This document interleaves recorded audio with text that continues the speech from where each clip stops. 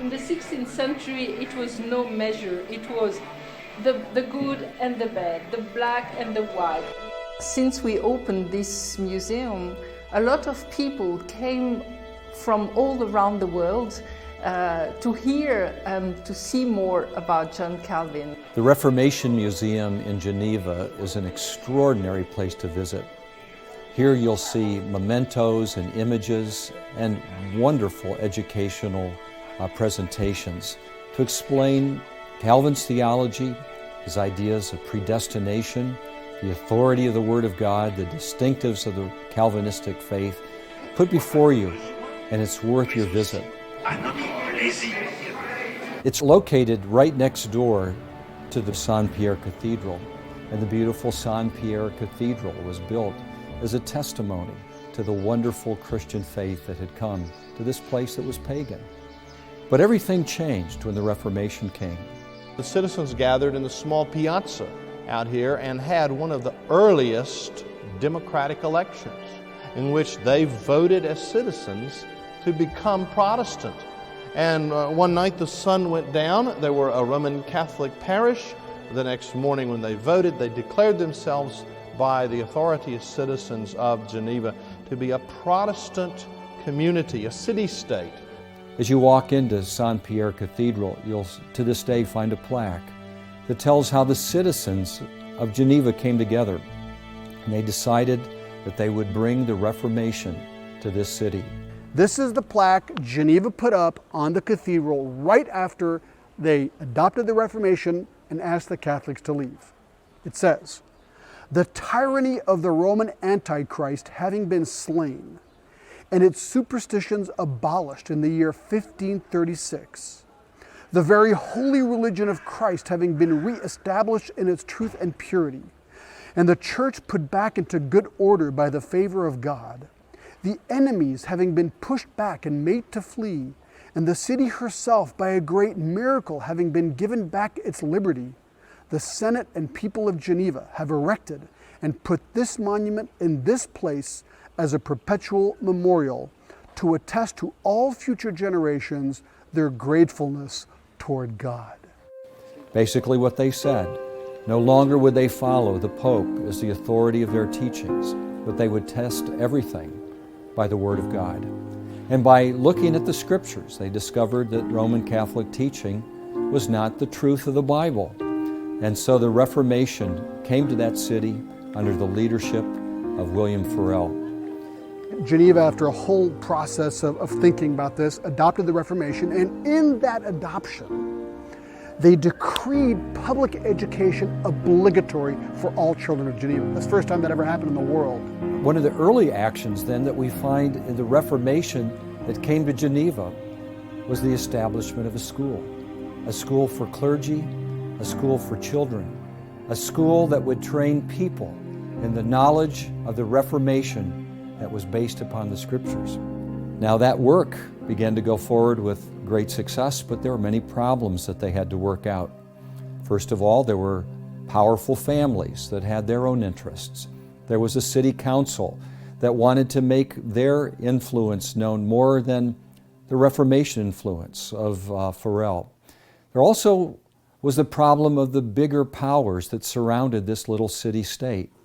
There was the city of Bern that had more power perhaps than Geneva, and so exercised influence. And then there was Savoy to the south, a kingdom that was part Italian, part French in influence, that had a desire to exercise Roman Catholic influence and wanted to take back Geneva from its Protestant views. The Duke of Savoy was, of course, very Catholic, and he wanted Geneva back because when Geneva took over as Protestants, they stole the cathedral. Basically, it was a permanent borrowing of the cathedral, and they wanted it back. The Savoy soldiers climbed up ladders onto the walled city of Geneva to try and take Geneva. And the Genevans woke up because of a lady who had a pot of stew that she was cooking, and she threw it on the head of one of these soldiers, and it caused a big racket of noise. And so the whole city woke up and defeated the Savoys, and Geneva was saved. So Geneva was a city that was caught between friendly Protestant powers and antagonistic Roman Catholic powers. The Reformation had come, and John Calvin came. And when Farel persuaded Calvin to stay by his imprecation, the curse that he placed upon his desire to be a traveling scholar, Calvin began to enter into this work of building a city for the kingdom of Christ from the Protestant perspective, according to the Word of God. That meant that many things had to change. There were rules that had to come into the city that would limit some of the sinfulness that had been part of the past. Issues that dealt with prostitution. In 1566, there was a law that said that any buyer or seller of sex was to be publicly mitered. They had to wear these hats publicly. The smaller one was for women, the larger one for men. They were publicly ashamed. They were then whipped, and they were banned from Geneva forever. And so that was some pretty rigorous discipline. That was not necessarily just church discipline, that was city discipline. That dealt with the abuse of alcohol, that required church attendance. You would have been required by law to go to church, and if you didn't, you would have been punished, not by the church, but by the civil magistrate. There would be civil penalties for that.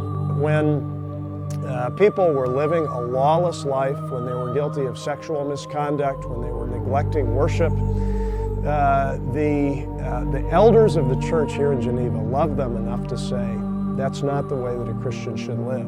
And so Calvin had to wrestle with, what is the relationship of the church with the state? Calvin began, even in that time, to argue for the right of the church, distinct from that of the state, to administer and defend its own ordinances. And so he was against what we would call today Erastianism, in which the state interferes with matters of the church. This was different than the church in Zwingli, Zurich. Zwingli was under a system where the magistrate said, we run the state and we run the church as well. That approach has been called Erastianism, after a thinker by the name of Erastus, who argued that the church should always be under the power of the state. Now we know the Roman Catholic tradition said the state, in its ideal form, should be under the church. That gets us into the medieval Roman Catholic model, where the Pope said, we are in charge of everything. And we can think of some of the points in medieval tradition where the Pope literally excommunicated the emperor. There's another view, and that's the radical separation of church and state. That's what we've often seen in recent years in America, that argues that we need a naked public square, that the church has no room to play in the life of civics or civilian life.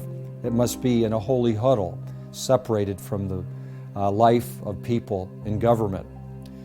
But Calvin's model said, no, the church and state must be different, but they must cooperate. I would call that a friendly separation between church and state. For John Calvin, there simply was not going to be this sort of hard-line separation of church and state that we have. He believed that the church had a responsibility to speak into the realm of the state. He wasn't interested in a theocracy. He was interested in hearts being transformed. He was interested in truth, and the truth of God. John chapter 8, you shall know the truth, and the truth shall set you free. He wanted the people free. And that model ultimately prevailed. A very effective church system that worked regularly side by side with the state, but each having their own spheres, and each saying to the other, we need to hear from you, but you have no authority here. This is our realm of oversight. And there's a particularly interesting scene where Calvin was celebrating the Lord's Supper, and one of the magistrates of the city wanted to come, whose life was not acceptable in terms of his moral conduct. And Calvin said, you may not come to the table. And according to tradition, it says he opened his breast and he said, let the dagger go here first before you come to the Lord's Supper. I will not let it be defiled. What he was saying is the church must be distinct from the state to exercise its proper work. The idea of the distinction between church and state and the freedom of the church, as well as the freedom of the government, was a foundational principle of Calvin. John Calvin was a religious thinker, but he was also a statesman and a man who had a strong influence on governmental policy at all levels. The Republic of Geneva, which flourishes today, is based on the theological principles established by John Calvin at the time of the Reformation. And those ideas were exported first to Holland and other European countries, also to England and Scotland, and then to the United States. And those ideas were that man is fallen, man is a sinner. If men have too much power over other men, they will tend to abuse it.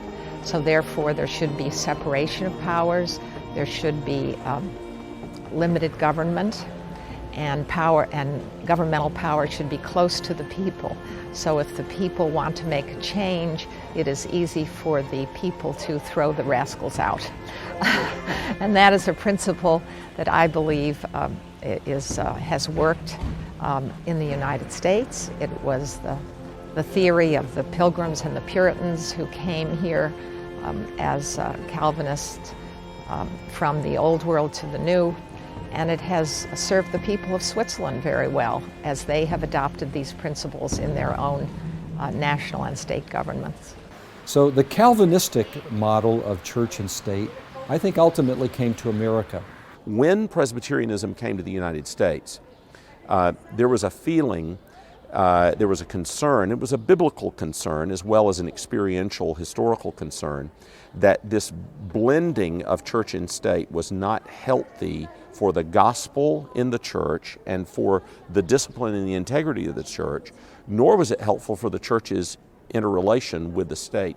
And so from the very beginning of Presbyterianism, when the confession was adopted, there was a rejection of what would have been called the establishment principle, and a kind of what I would say a moderate voluntarism, not a voluntarism that says that the church never has anything to say to the state, not a voluntarism that reduces Christianity to some sort of a private pietistic thing that doesn't have any public face, but a relinquishing of the church's interference in a direct way with the matters of the state, so that the church can speak prophetically to the state without being entangled with the state. And so there's a strong tradition of what we call separation of church and state. Now that term itself can be misused in very, very unhelpful ways, but the idea of those two authorities functioning in unique spheres that do not intersect is an idea that you begin to see growing in Geneva, more in Scotland, but finally come to fruition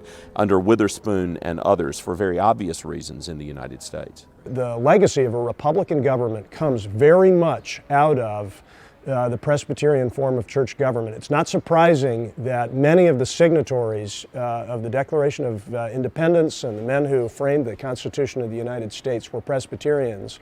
And you really see the thumbprint of John Calvin on representative democracy in the Western world and in other places in the world today.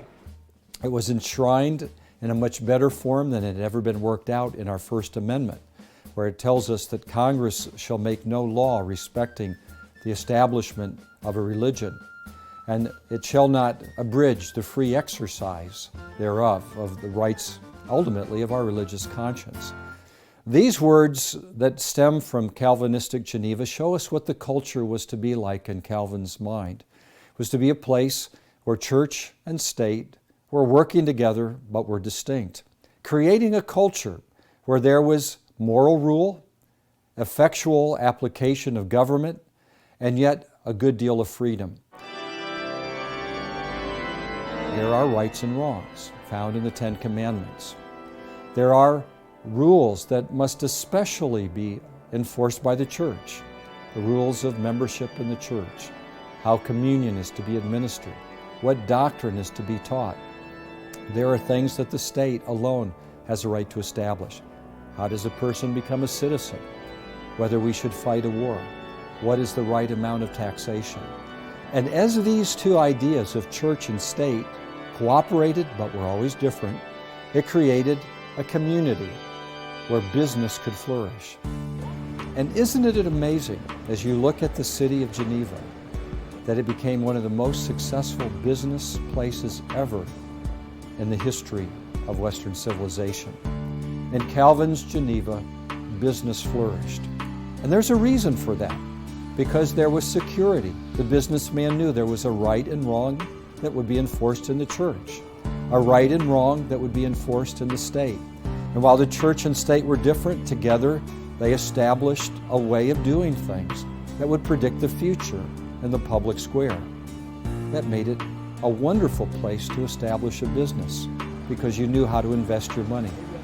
And as freedoms began to unfold, another wonderful concept of Calvin began to take root.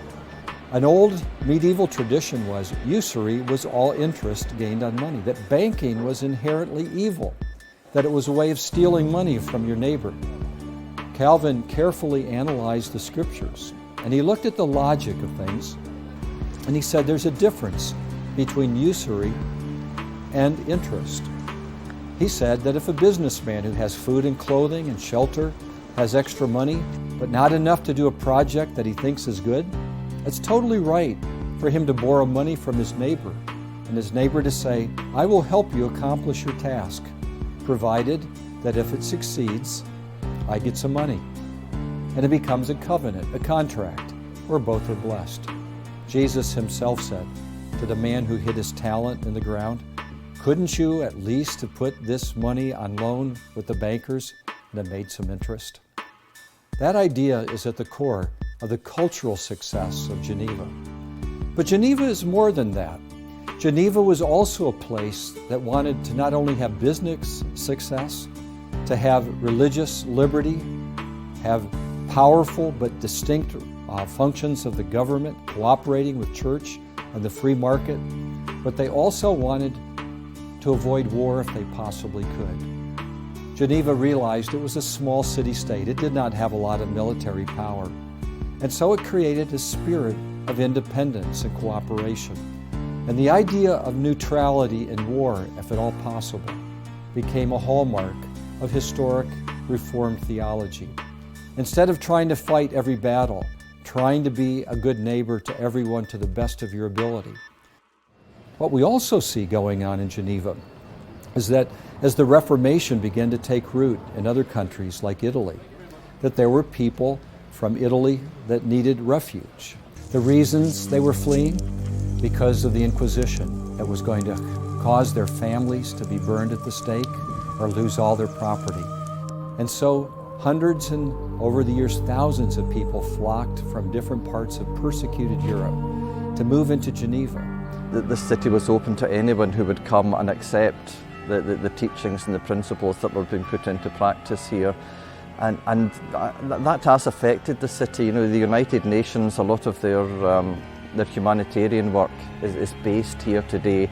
The United Nations High Commission on Refugees is based here, doing, as I see it, just tremendous work among these desperately oppressed people around the world, trying to bring them basic care and support. The Red Cross was founded here. Again, I think a direct correlation of the sort of thing Calvin and others were teaching, these principles of human equality and of God's care for the vulnerable, the widow, the orphan. Well, to this day, you can walk through the streets of Geneva and see that it's a city of refuge, a city where people have come to find asylum. It's no surprise that international peace organizations have met here. If you look at what John Calvin contributed to the life of this city, his commitment to education, not just for boys but for girls, founding the Geneva Academy, which has become this great university, his commitment to showing hospitality to refugees that were coming from all over the world. That's really the start of the work of UNICEF and organizations that are recognized as doing good work around the world today. Or even the hospital that was founded here in Geneva. I mean, all of this is part of Calvin's legacy, caring for the body as well as for the soul. So we look at the ancient city of Geneva and we realize that in the hands of Calvin, it became a place of theological and ethical leadership. It has continued to be a place of ethical leadership to this day. Although when you walk into that great cathedral, It doesn't have the crowds that flocked in to hear the preaching of Calvin because of the power of hearing the Word of God in their own language. It was novel, it was powerful, and it was bringing down the Pope of Rome.